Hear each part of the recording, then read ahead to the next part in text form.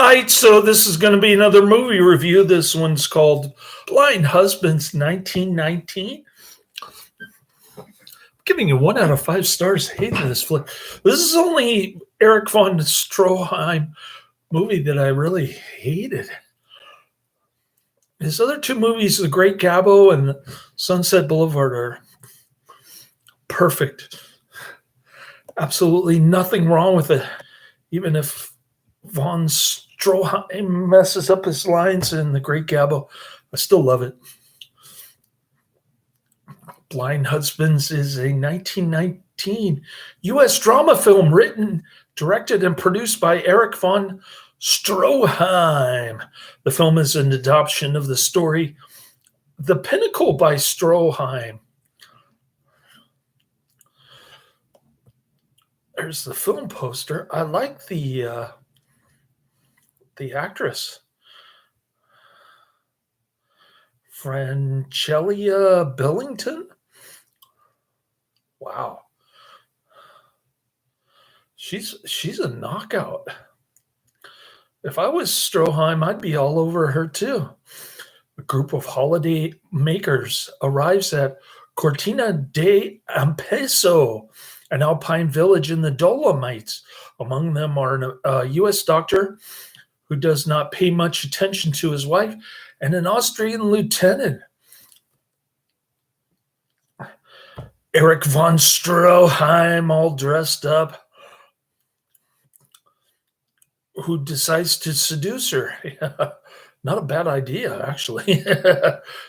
He manages to befriend the couple so that when the doctor has to leave to help a local physician, he asks the lieutenant to look after his wife. When the lieutenant becomes too pressing, she promises to leave with him, but asks him to give her more time. During the night, she puts a letter under the door of his bedroom. Distributed by Universal Film Manufacturing Company, release date December 7th, 1919. Running time 91 minutes, too long. Country United States, language silent with English intertitles, and the budget was $42,000. And you can watch it for free because it's public domain. I watched it on YouTube.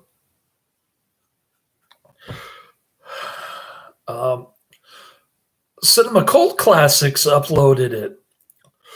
The doctor goes on a climbing expedition with the lieutenant who has been bragging about his exploits as a mountaineer. In fact, he is not in very good shape, and the doctor must help him to reach the summit.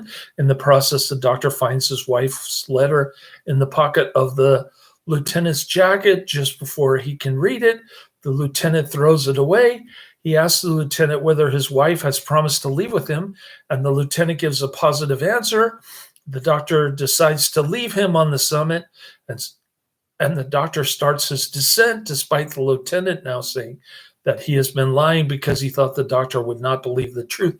On his way back, the doctor finds his wife's letter in which she had written that she loved only her husband, and she asked the lieutenant not to bother her any longer with his attentions.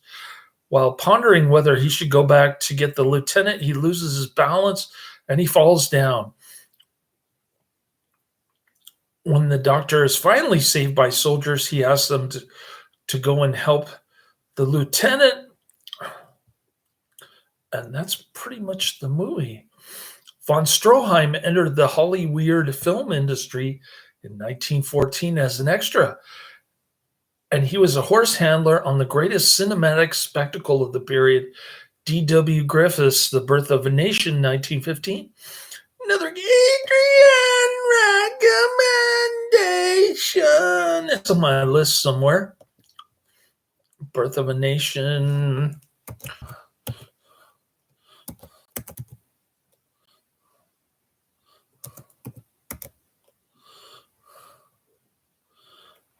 I've got it at, actually, I don't have it. I've got to re-add it again. I don't even have it on my list. Is it not available on YouTube? Tubi or Amazon? I'm going to have to look that up. Von Stroheim made persistent but futile efforts to find work with the Griffith production unit. After filming was completed by chance, he had an encounter with Broadway director John Emerson, impressing him with his sartorial knowledge of formal military dress. This led to a small role in a film adaptation of Ibsen's Ghosts with Mutual Film Productions, followed by his first screen credited feature later that year in Farewell to Thee, 1915. Emerson soon enlisted von Stroheim to serve as an actor, assistant, and technical advisor on the 1915 production of Old Heidelberg. 1915, beginning a 2-year professional relationship and the single most important influence on von Stroheim's early career. Von Stroheim's fortunes rose with those of Emerson when the producer obtained a contract to direct a number of features starring Douglas Fairbanks. While working as production manager on an adaptation of Shakespeare's Macbeth for the Triangle Fine Arts Studio, von Stroheim was impressed into service as one of the several assistant directors on Griffith's massive production Intolerance. That's another one I want to see. I want to see Birth of a Nation and Intolerance. Do I have Intolerance on my list?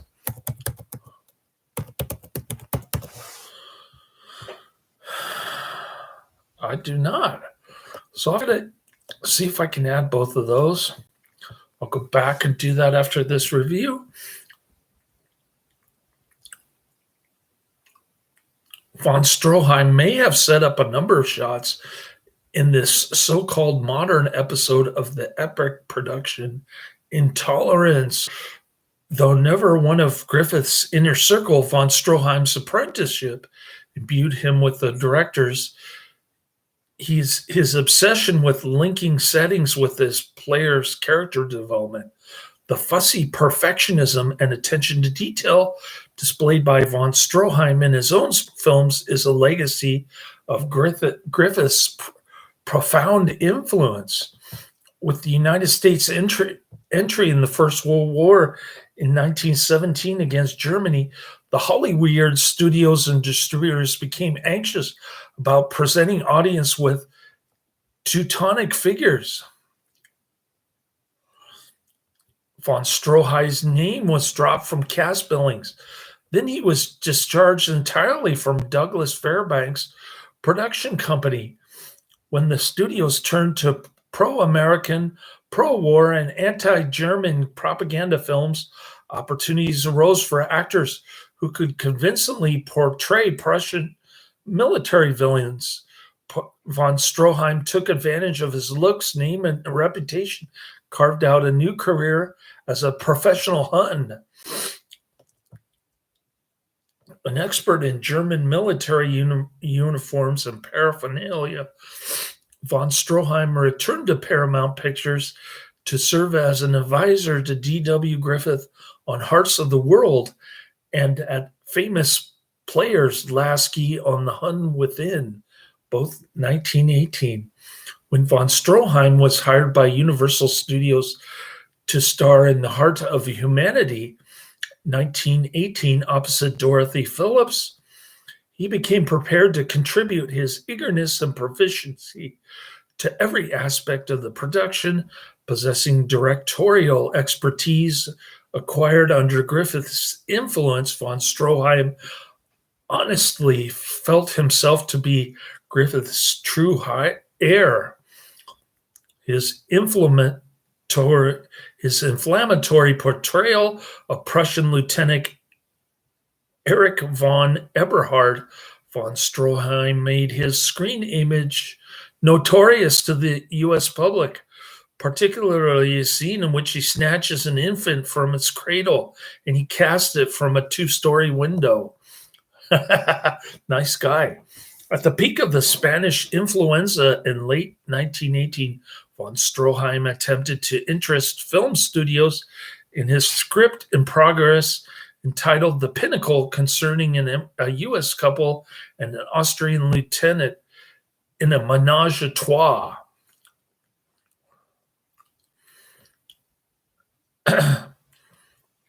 All right. And there's a photo of Erich von Stroheim as Lieutenant Erich von Steuben and Sam de Grasse as Dr. Robert Armstrong, struggling in the film's climax on Wikipedia.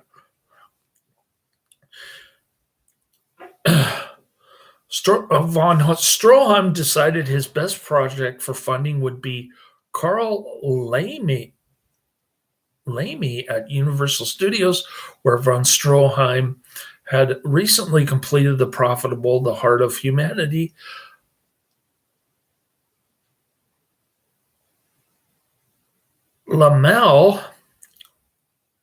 Carl Lamel of German birth and ethnicity, was known to hire German-speaking countrymen, an important consideration for von Stroheim when post-war anti-German hysteria briefly persisted in the United States. Unlike other established studios such as Paramount and First National Pictures that often produce elaborate and expensive features with top-ranked stars, Lamel's vast Universal operation churned out relatively low-budget movies and offered parsimonious contracts for its actors and technicians, ensuring a high turnover.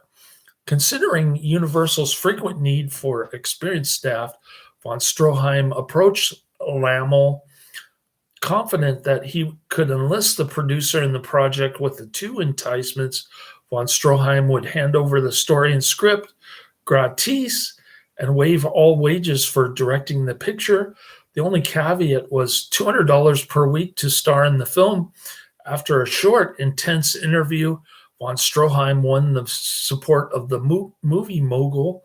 The budget for the film was initially estimated at $25,000, and von Stroheim immediately began casting the production for The Pinnacle on April 3rd, 1919. Like Griffith, von Stroheim was averse to hiring theater-trained actors and established screen stars, preferring to assemble a stock company from untrained talent whom he would mentor to achieve his cinematic goals. Actors Franchelia Billington, very comely, incredible eyebrows, and she wears lipstick in this one. And Sam de Grasse would play the U.S. couple on vacation in the Dolomite Alps, both who have been mutual players. British actor Gibson Gowland would play the mountain guide, Silent Sepp Interkoffel, and later star as Matigue in von Stroheim's Greed. Von Stroheim played the meddling lover, Lieutenant Erich von Steuben, an indication of Lamel's determination to ensure a commercially impressive production. He provided von Stroheim with their top cinematographer Ben Reynolds and assistant William Daniels, both of whom served with the director until he moved to MGM in 1924. By the time shooting of Blind Husbands was completed on June 12, 1919, the costs had far exceeded the initial budget estimate. Combined film stock and advertising expenses had reached over $250,000. Is that a typo? As such, Blind Husbands emerged as a critically important project. Universal's response was to deepen its commitment to the success of the production. Promotional articles were planted in movie magazines that were careful to counter any residual anti-German prejudices. Von Stroheim's personal character was praised, and readers were reminded of his U.S. citizenship, a citizenship he could not possess for almost 7 years. Press releases assured moviegoers that he had relinquished his royal title of count and he dropped the nobility particle von. So that's why they call him Stroheim in this movie. The methods von Stroheim used to extract impressive performances from his actors were effective, but they required immense amount of raw footage. Key scenes were performed and re-performed again and again until the ideal was provoked, often at the price of frustrating the cast and crew. Von Stroheim was then confronted with the task of sifting through this dross-like footage to discover the gems he had elicited on the set. By midsummer, studio executives wishing to expedite its release submitted the partially edited footage to Grant Whitetalk, who prepared the final cut for distribution. Universal was sanguine about the prospects for a commercially and critically successful film. A press screening elicited fulsome praise for Blind Husbands and director von Stroheim, including one accolade that anointed him a direct descendant of D.W. Griffith. When the completed film was delivered to Universal's New York City sales department to arrange distribution in August 1919, Universal's vice president, Erich Cochran, emphatically rejected the title of the film, The Pinnacle, and the movie's climax and denouement occur at the top of an alpine peak. Film titles then strictly with the domain of sales and exhibition personnel initiated a search for a new title. Von Stroheim, outraged, pulled a full-page protest in most motion picture news without effect. Blind Husbands opened at Washington's Rialto Theater on October 19, 1919. In an effort to maximize anticipated profits for Blind Husbands, Universal launched a massive promotional campaign nationwide.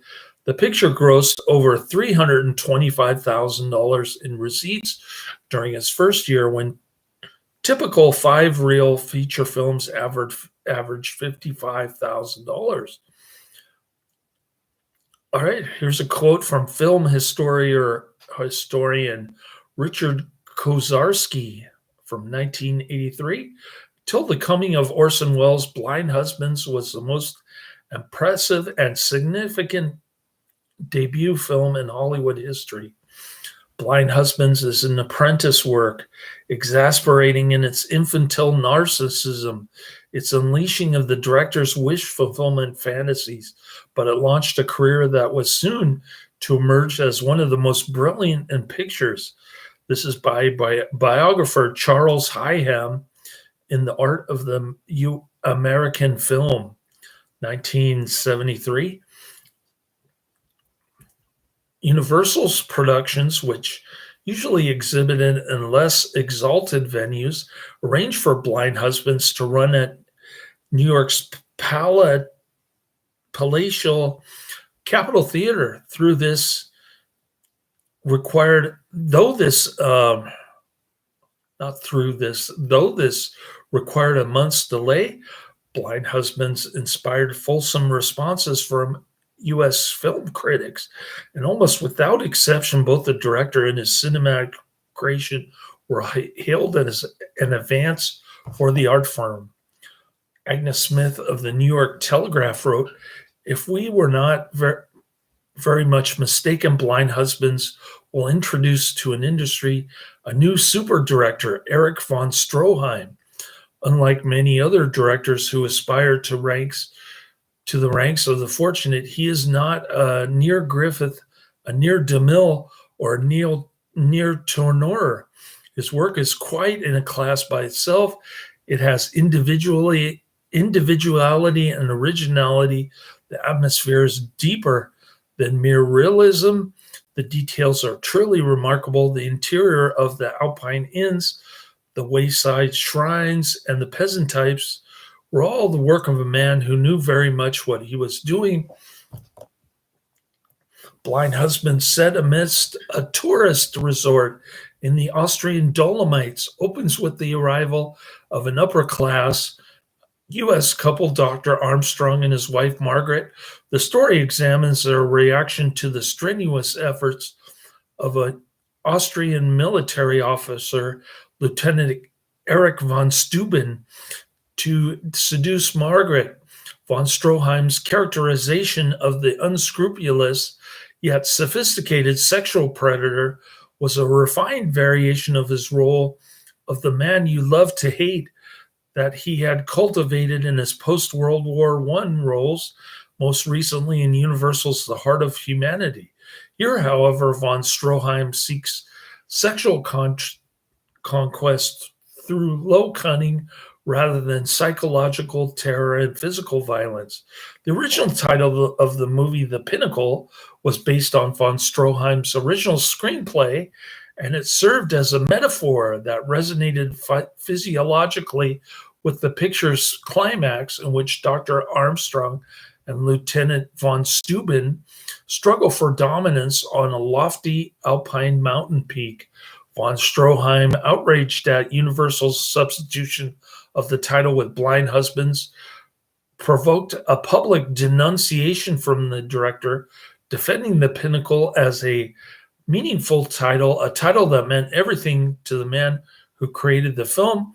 The title Blind Husbands invokes the aristocratic U.S. visitors and Dr. Armstrong, who fails to exhibit any signs of romantic affection towards his attractive wife, a failure that the lounge lizard von Steuben expects to exploit.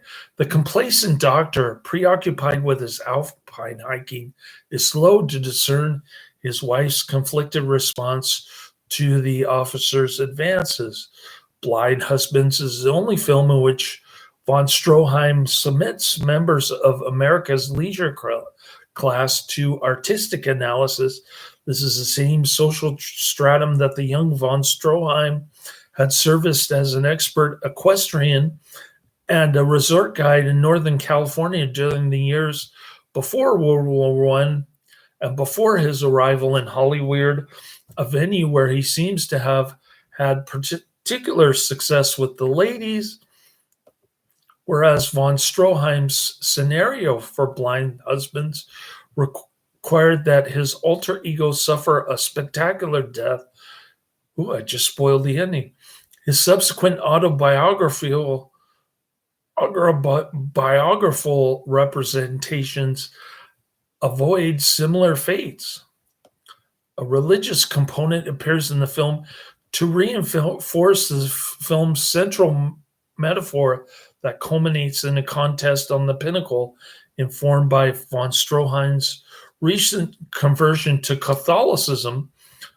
Blind Husband's romantic triangle unfolds during a local celebration of Gala Peter and the reenactment of Christ's transfiguration on Mount Tabor, an unambiguous reference to the film's central theme.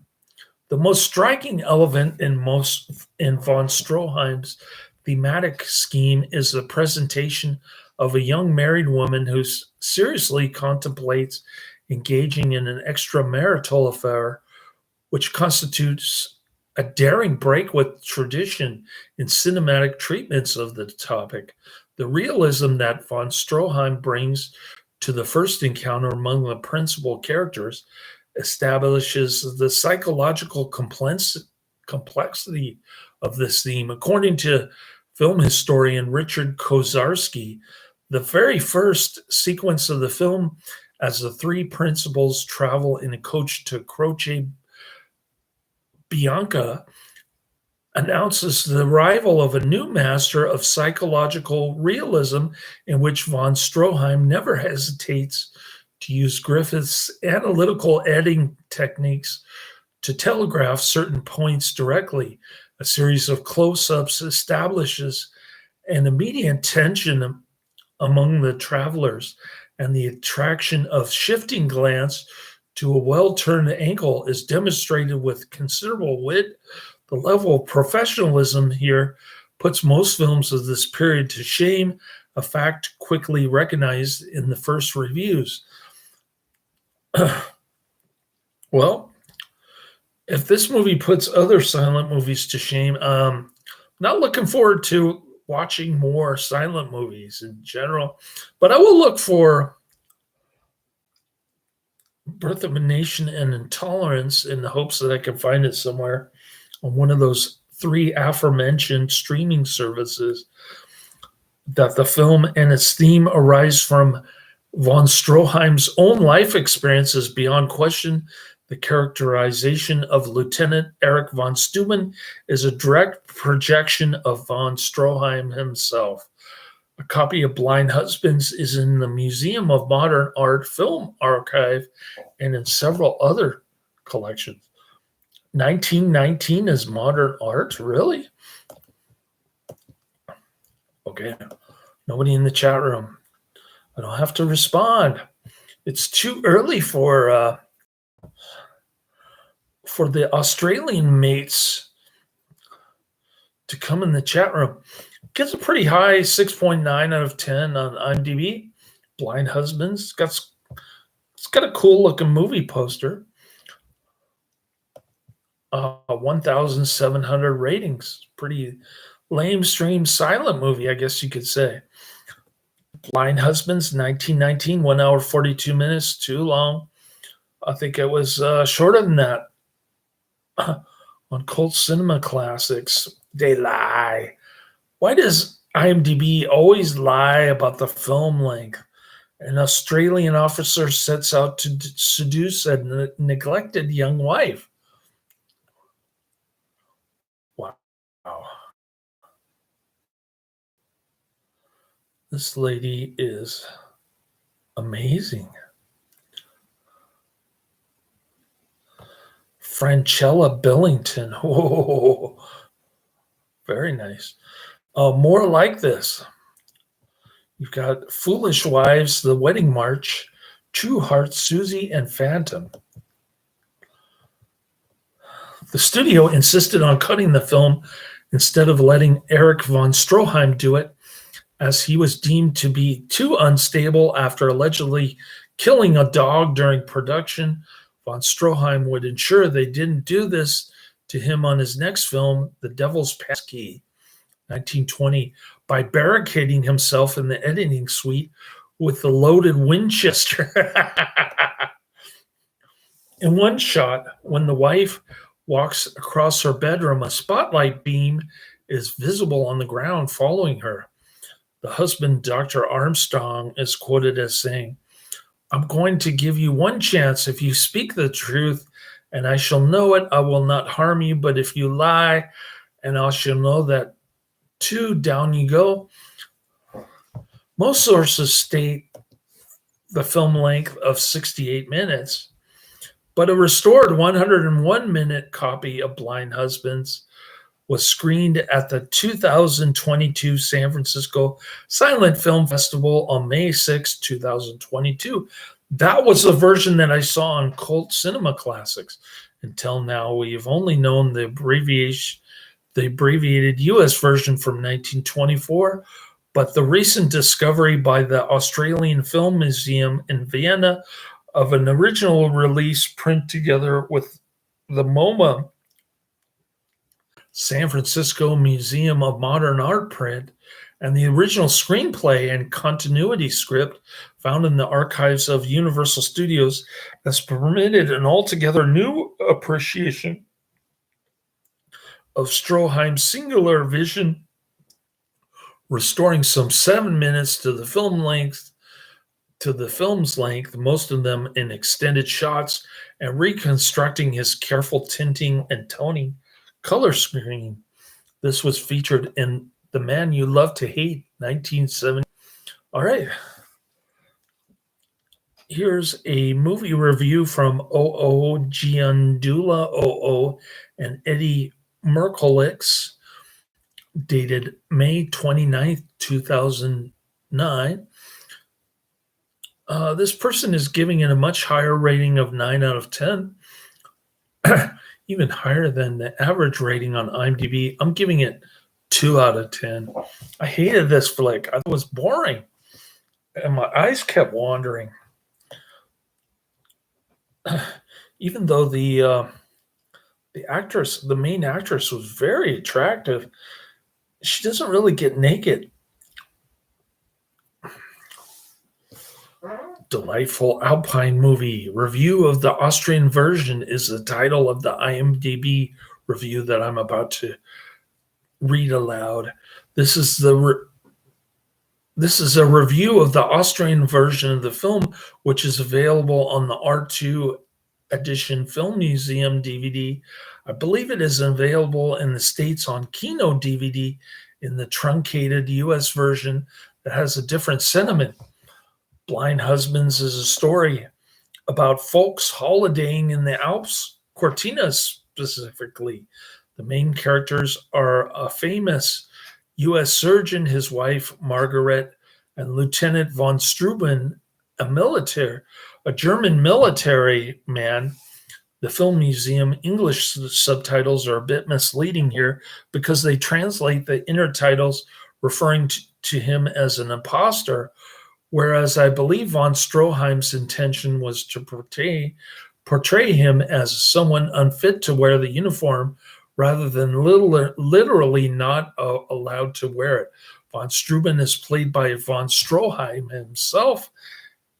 He's meant to be a philanderer of married women. He looks the part, except that he is actually very short, shorter, in fact, than Marguerite. The world may have changed a lot in 90 years, but I doubt the women back then were too different from women today who are really unable to take advances of men shorter than themselves seriously. I'll give the world and the female race the benefit of the doubt for the movie's sake. Von Steuben is after a clinch with Marguerite, but he's already had a squeeze with two of the hotel's serving girls by the time he gets round to her. He's got a soft target, really, because the husband is much too self-involved to notice that his wife is feeling lonely and in need of rekindling. Obviously, where the title Blind Husbands arises from. There's quite a lovely dinner scene outside the hotel in Cortina at night. There's all these paper lanterns in lines interspersed with the permanent hotel lanterns. Very pretty, really. Marguerite excuses herself from the hubbub and she goes inside to play the piano. Sat at the piano, we see her head shot against a totally black background. Quite an unusual shot for a film of any era. It's at this point that she appears totally alone, not just lonely, but alone. Back to the normal shot, and Steuben has sidled in. He picks up a violin and he starts to play a duet. What a powerful thing to do to one in such a suggestive frame of mind. Part two of the plan is to buy her the marquetry box that hubby was too busy to notice that she wanted. It's apparently 200 years old. The design on the lid is all lozenges and grains really remind me very much of a Matisse type pattern. We get a lovely close-up of it. As it happens, there are another two shots against a dark brown, one of a bell ringing in the bell tower to mourn the dead, and one of von Steuben pointing his grubby finger at Marguerite. Most of the film basically concerns the von Steuben Marguerite cat and mouse game. Can't blame him for chasing Marguerite, really. My favorite shot of her was wearing these lovely antique sunglasses with wildflowers in the back of her alpinist hatband. The movie is all shot really quite sympathetically.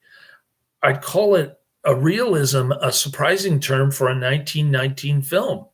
According to others, the level of mise en scene is apparently not up to Foolish Wives or Greed standard, but I'll go with it on an absolute basis.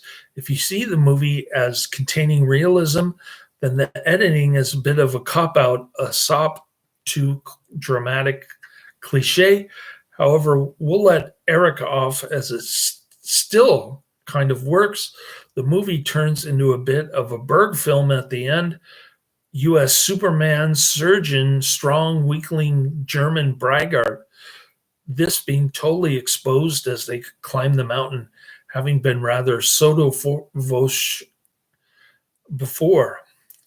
The only silly part of the film concerns the shadow of an eagle, which is blatantly produced by a crude silhouette hanging on the end of a wire, unless eagles can fly backwards. Yikes. Other than that, I thought the movie was brilliant. I didn't even notice some of this stuff. I guess I wasn't paying attention.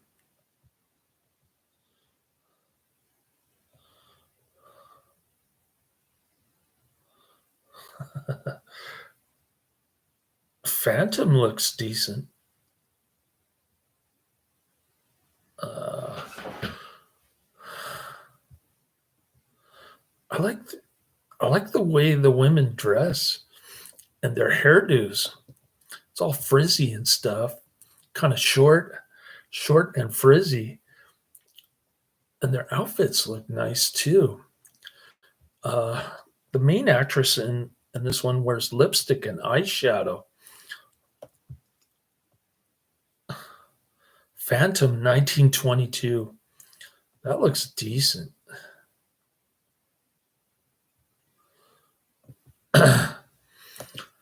Okay, now I am getting more interested in silent movies. I lied. Let's go down the pike with my list. All right. Number one is Last Action Hero, 1993. Number two is Home Alone, 1990. And number three is Turkey Shoot, 1982. Those are the next three. And that's the end of my review. Hope you enjoyed it. I'm going to take a little nappy poo, then we'll get down to the nitty gritty with Last Action Hero, 1993. Laters.